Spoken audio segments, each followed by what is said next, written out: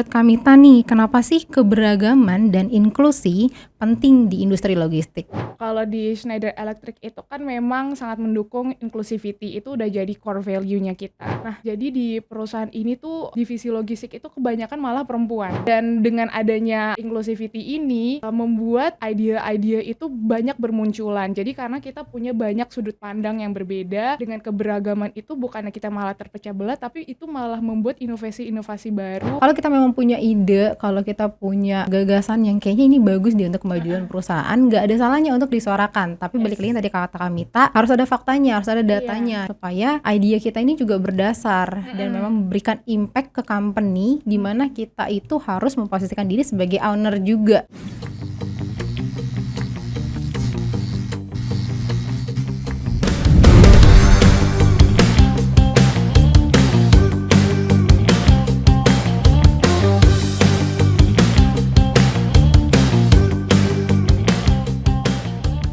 Halo Sobat Mosrans, kembali lagi di Transport episode ke-14, di mana pada kali ini kita akan mengangkat tema Diversity and Inclusion in Logistics, The Power of Youth and Female Voices.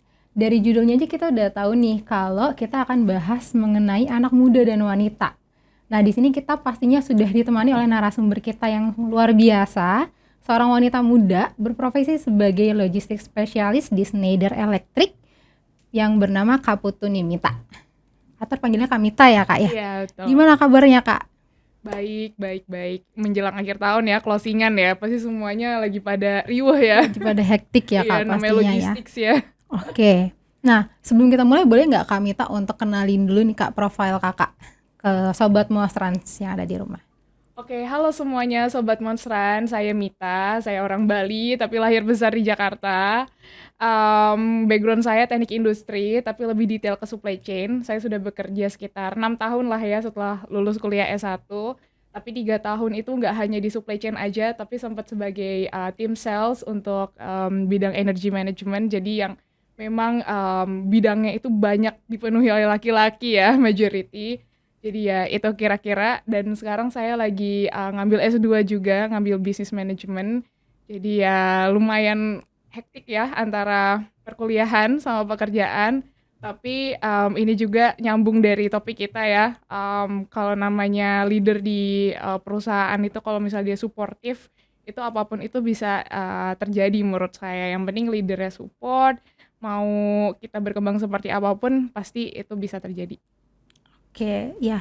Nah sebenarnya aku itu udah follow Kak Mita lama nih di LinkedIn. Terus aku baru dapat Thank you. terakhir itu Kak Mita dapat Best Student Award dari SBM ITB. Itu luar biasa banget sih menurut aku sih Kak. Thank you. Gimana caranya bisa imbangin waktu antara kuliah, kerja sebagai full timer, dan kalau nggak salah aku dengar sebagai pengajar juga ya Kak ya. Iya. Gimana tuh Kak cara bagi waktunya?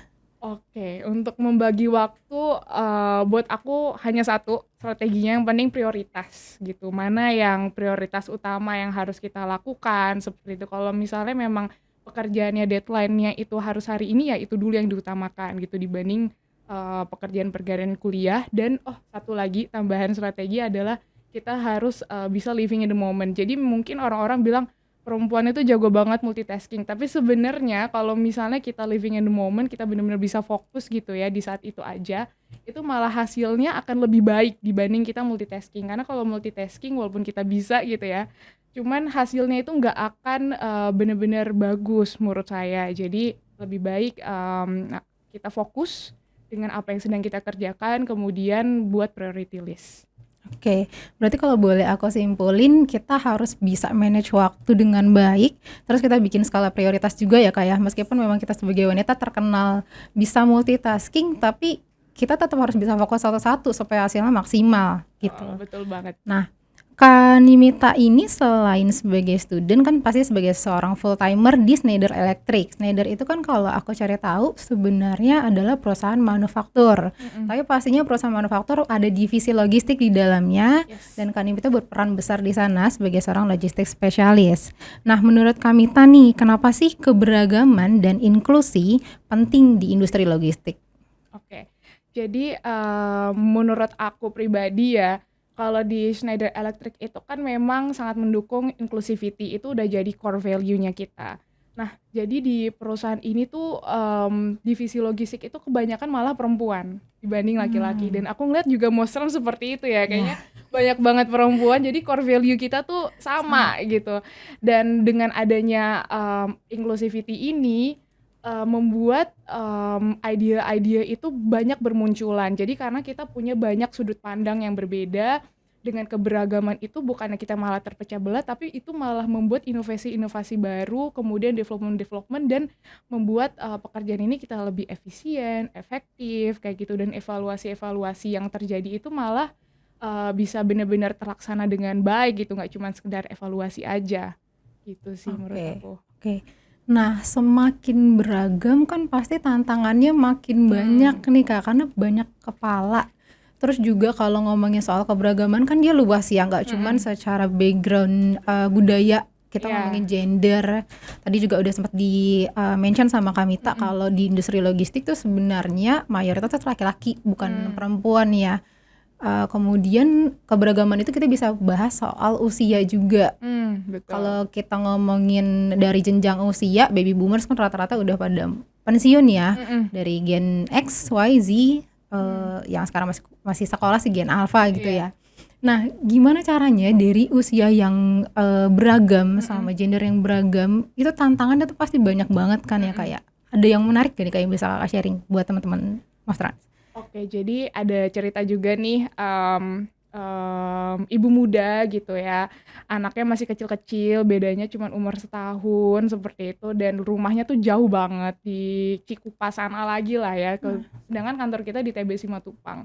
Tapi saya ngelihat, apa namanya, orang ini tuh benar-benar sangat bertanggung jawab dengan pekerjaannya, tetap dedication juga terhadap keluarganya, dan, cara-cara agar beliau tetap bisa balance antara family dan, kantor adalah dengan share pastinya ke leader-nya kalau misalnya dia butuh WFH, gitu. Jadi di Schneider ada WFH untuk working moms, nggak cuma working moms sih sebenarnya semua employee, tapi khususnya untuk working moms itu kita bisa ngasih ekstra lebih lah, selama mereka bilang, "Oh, saya harus ngurusin anak saya atau harus vaksin dan lain sebagainya," gitu. Terus juga, kita juga karena banyak perempuan juga di kantor, jadi kayak ruangan laktasi itu juga harus, disesuaikan lagi di kantor kayak gitu-gitu. Jadi hal-hal tersebut yang membuat mereka tuh, datang ke kantor tuh nyaman gitu, nggak cuman kita sekedar kerja, tapi ini tuh working environment yang sangat mendukung. Nah, karena working environment yang mendukung, again walaupun beragam dari usia, kemudian dari background juga, budaya dan lain sebagainya,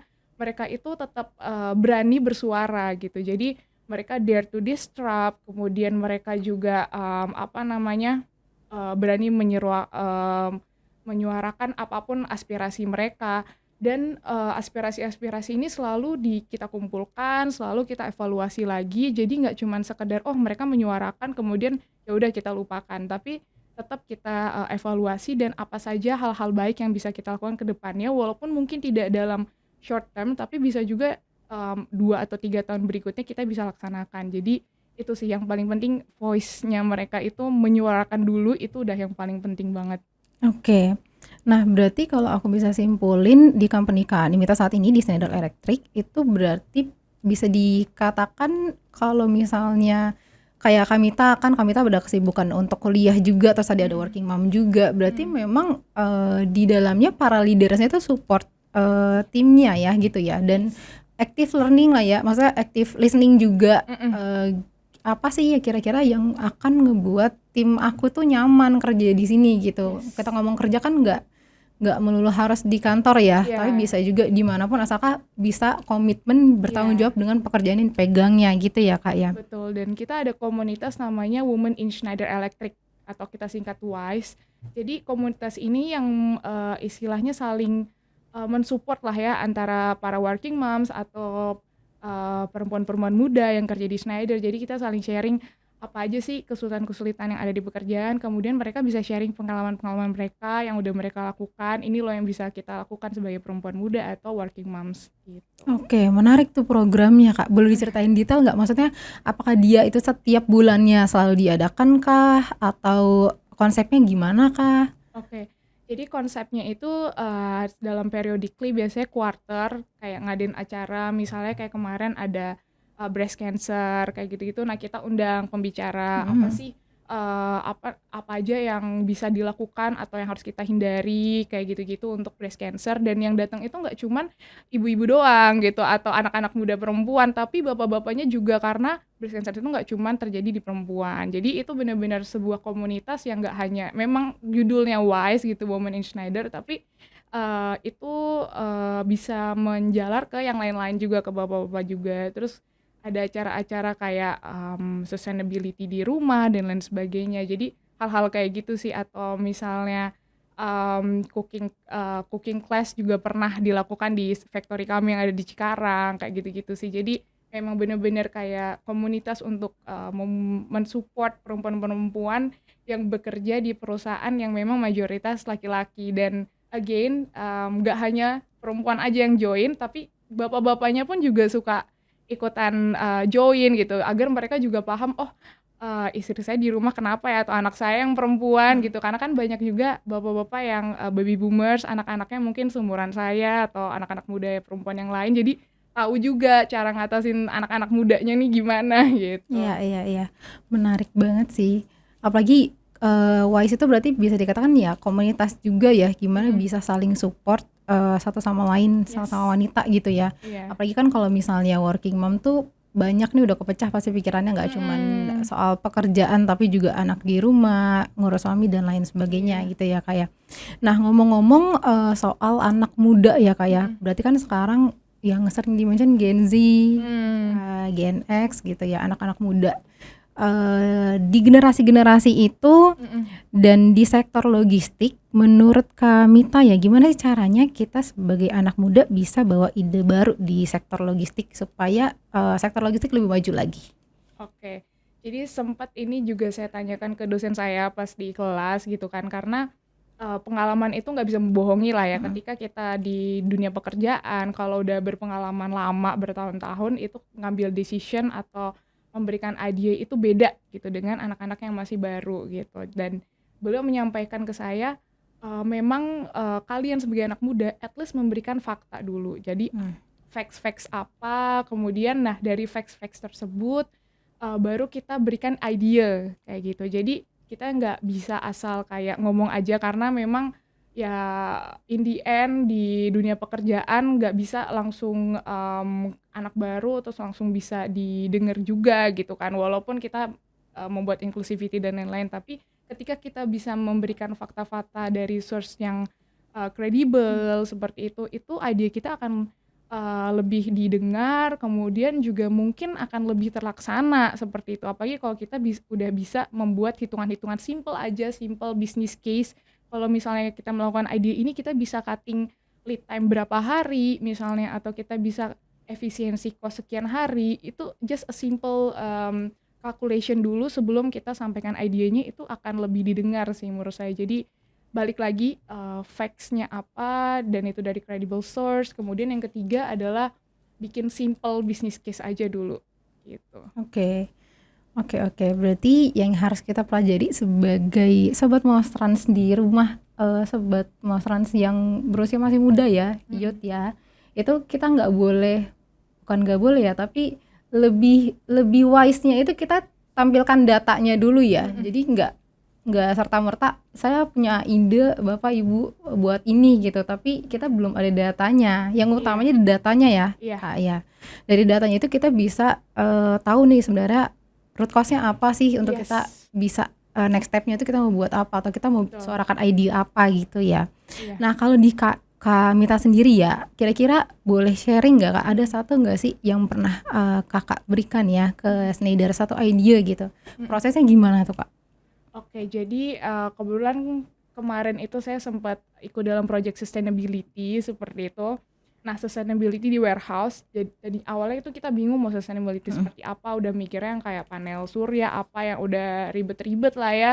Tapi akhirnya kita balik lagi back to the basic gitu. Jadi kita, coba cari hal-hal yang simple, yang penting kita tuh berprogres gitu. Nah, contohnya misalnya kita mau ganti, dari plastik, bubble wrap jadi paper wrap kayak gitu. Nah, kita coba kolaborasi, cari data-datanya dulu kayak gitu, kemudian efisiensi apa yang bisa terjadi, walaupun misalnya cost-nya lebih mahal tapi ada efisiensi apa yang bisa dilakukan di tempat-tempat yang lain kayak gitu.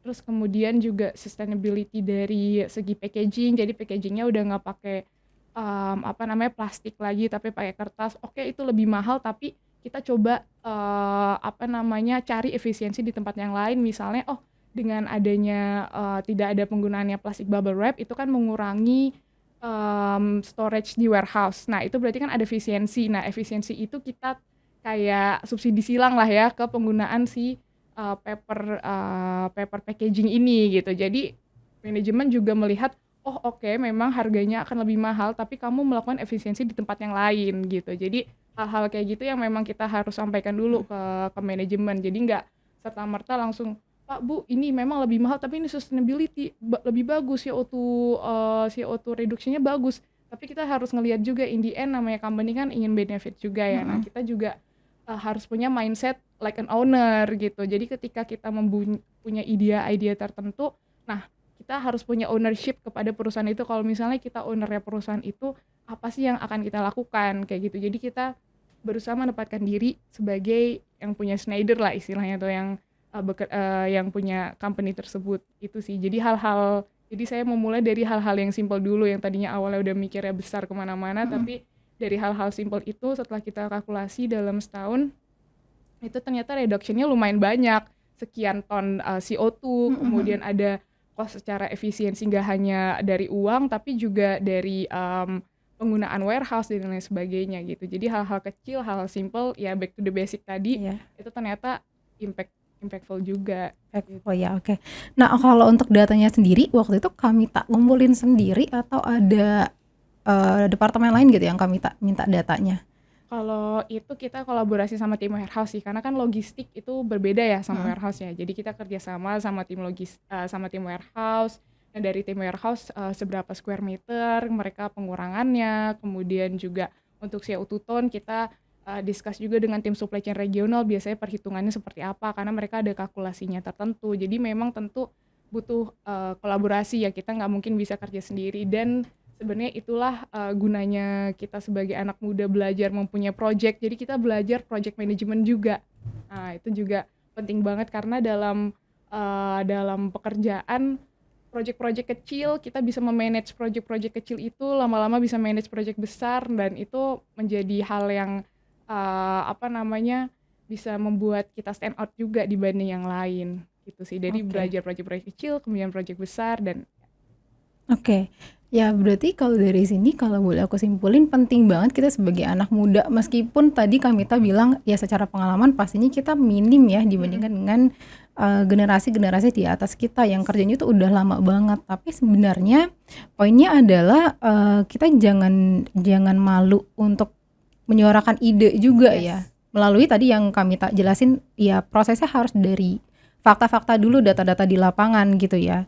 Dan itu juga dari kita memunculkan ide itu prosesnya panjang pastinya, nggak cuman dari mulai ngumpulin data aja itu kita nggak bisa ngandelin diri kita sendiri, kita harus kolaborasi juga sama departemen lain, kita belajar project management dan lain sebagainya.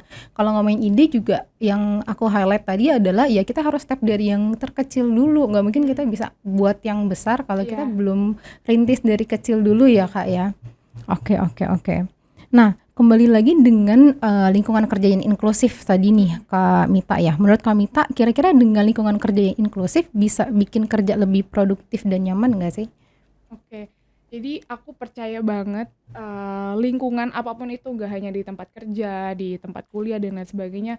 Ketika lingkungannya itu positif, kita sangat kolaboratif gitu ya, bisa memahami satu sama lain, kekurangan, kelebihan, itu akan membuat kita itu datang ke tempat kerja atau apapun itu akan berusaha memberikan yang lebih. Jadi misalnya sama perusahaan diminta A, kita akan berusaha ngasih B atau bahkan sampai C kayak gitu. Ketika kita bisa mendapatkan value-value tambahan ya. Jadi kita itu benefitnya nggak cuma dari gaji doang gitu ya, tapi dapat benefit dari lingkungan yang positif, yang mendukung. Nah, itu pasti akan memberikan impact yang lebih besar juga. Itu menurut aku pribadi ya, dari aku kerja di beberapa perusahaan, kemudian juga kerjasama dengan orang-orang lain, itu sangat impactful sih. Oke. Oke, pastinya sih ya, apalagi lingkungan kerja yang inklusif pasti didambakan sama anak-anak zaman sekarang juga ya, Iya, anak muda ya. Maksudnya kerja yang nggak cuma ngandelin gaji, tapi dia dapat environment yang asik, yang yes, seru. Jadi dia tuh buat datang ke kantor tuh rasanya tuh kayak bukan nggak ada beban ya, tapi iya, lebih enjoy aja, lebih seneng yes, gitu, nggak lebih jadi enjoy. overthinking gue mau ke kantor atau gue Iya, ketemu sama leader yang gini atau gue punya temen mhm, yang nggak suportif, nggak enak banget deh rasanya, nggak enjoy banget deh buat ke iya, kantor. Kan beda gitu ya kalau kita punya lingkungan kerja yang inklusif bener, ya, bener banget. gitu-gitu.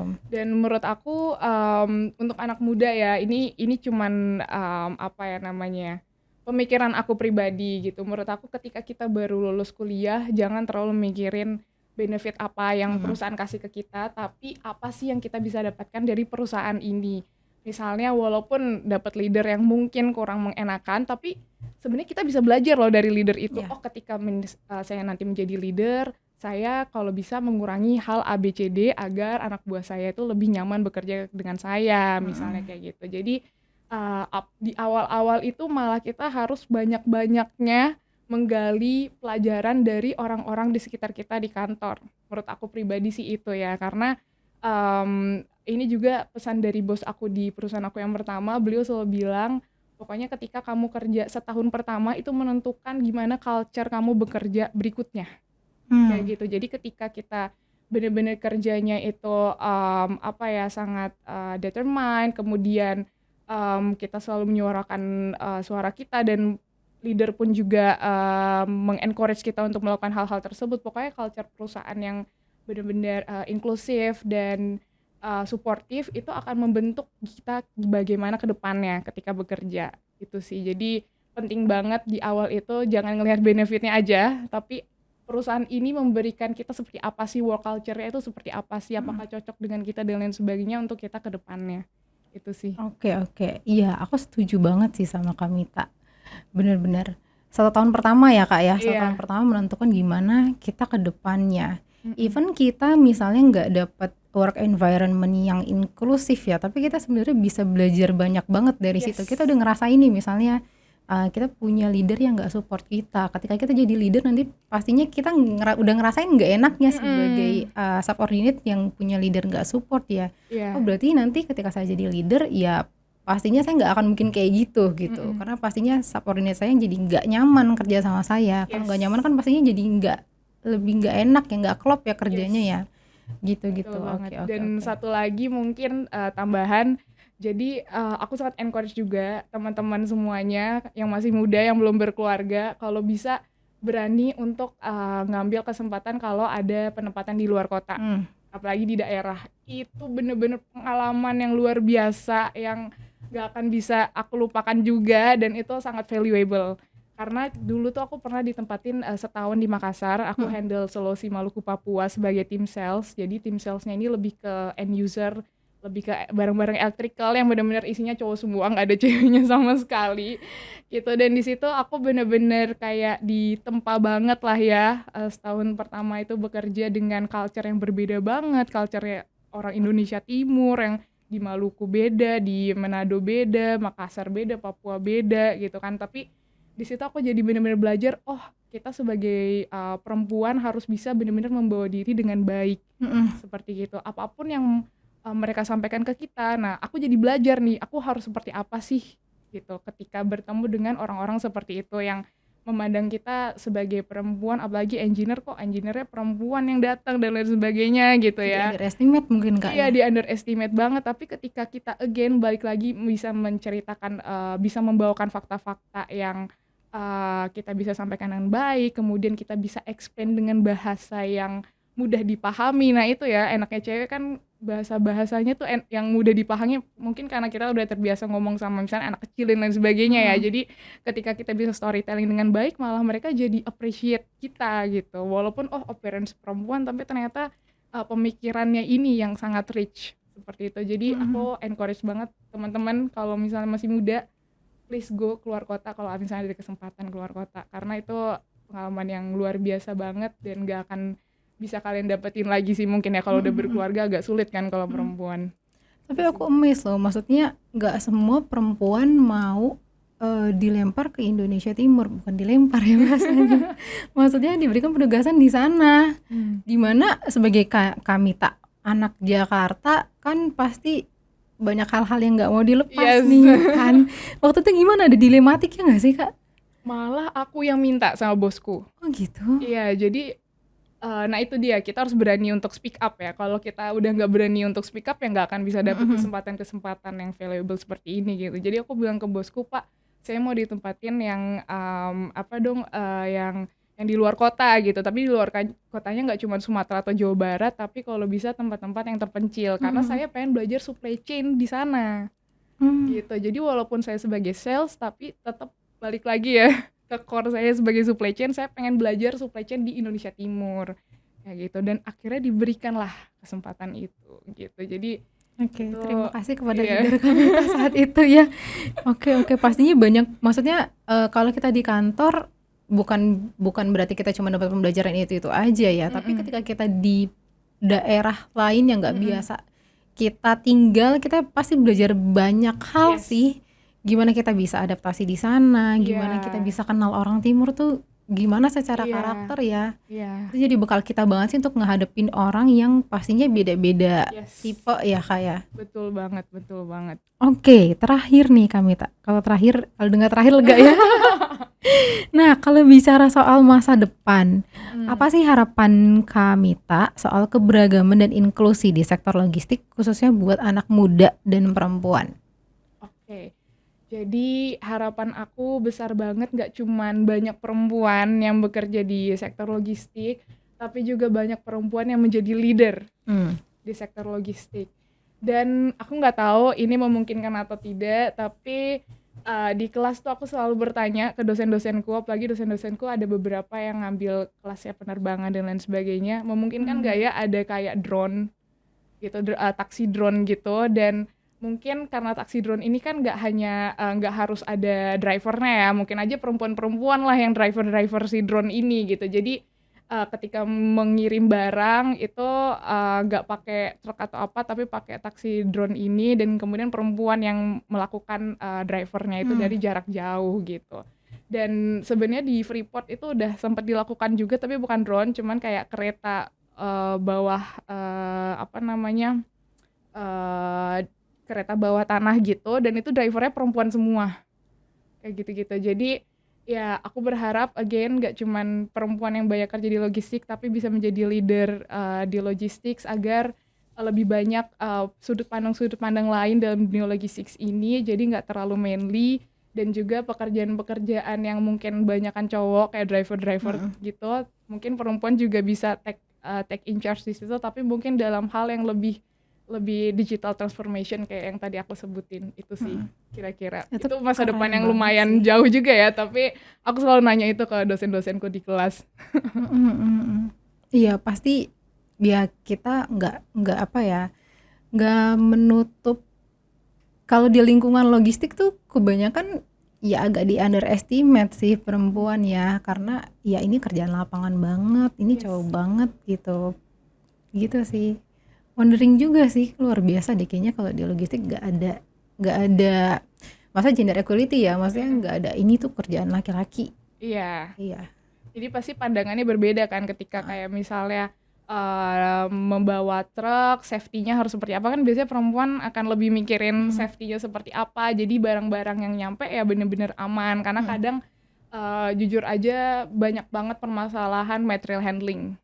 Kayak gitu, karena nah kan yang penting selesai ya. iya, Tapi aku yang nggak penting menutup cepet. bener-bener cowok tuh nggak ini ya, maksudnya tetap bisa menjaga barang dengan baik, cuman kadang namanya pekerjaan dituntut harus cepet gitu kan, jadinya ya udah asal taruh aja dan lain sebagainya. Nah mungkin dengan ada sudut pandang perempuannya, jadi bisa harus cepet, tapi mungkin kita harus membuat suatu sistem biar tetap lebih aman barangnya dikirim dan lain sebagainya, gitu sih. Oke, menarik banget sih.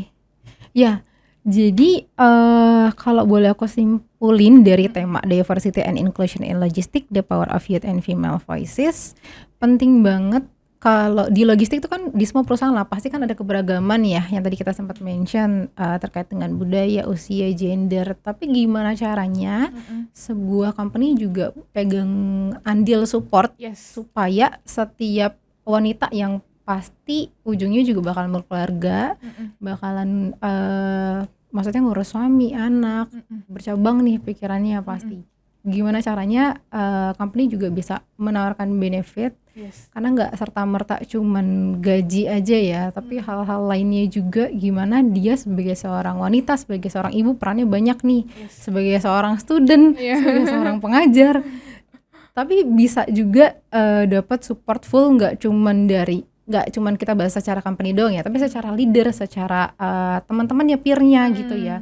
Gimana caranya kita sebagai satu ekosistem dalam suatu company ya bisa saling support satu sama lain. Iya. Karena emang itu yang dibutuhin banget di masa saat ini ya. Betul. Kolaborasi itu yang paling penting sih, dan tetap kita dari diri kita jangan terlalu memaksa orang bisa memahami kita selain kita sendiri. Jadi kita juga harus berani menyuarakan suara kita, balik lagi sih. Oke. Sama poin yang menarik banget yang aku tadi dapat sebagai seorang anak muda ya, apalagi wanita, kita juga harus bisa stand out. Maksudnya meskipun kita muda, meskipun kita minim pengalaman, tapi bukan berarti kita jadi ya udah ikut alur aja atau kayak Betul. ya udah manut aja. Maksudnya manut adalah iya aja gitu. Kalau kita memang punya ide, kalau kita punya gagasan yang kayaknya ini bagus dia untuk kemajuan perusahaan, nggak ada salahnya untuk disuarakan. Tapi balik lagi tadi kata Kamita, harus ada faktanya, harus ada datanya gitu ya, supaya idea kita ini juga berdasar dan memang memberikan impact ke company, di mana kita itu harus memposisikan diri sebagai owner juga. Yes. Gitu ya Kak ya. Betul banget. Oke, belajar banyak banget aku dari Kamita. Sama lah. Oke. Nah, sekian untuk podcast kita kali ini di Transport episode ke-14 dengan tema Diversity and Inclusion in Logistics, The Power of Youth and Female Voices. Untuk Sobat Monstran jangan lupa saksiin Transport episode selanjutnya ya. Jangan lupa juga follow semua akun media sosial Monstrans. Sampai jumpa. Makasih banyak Kak Nimita. Thank you.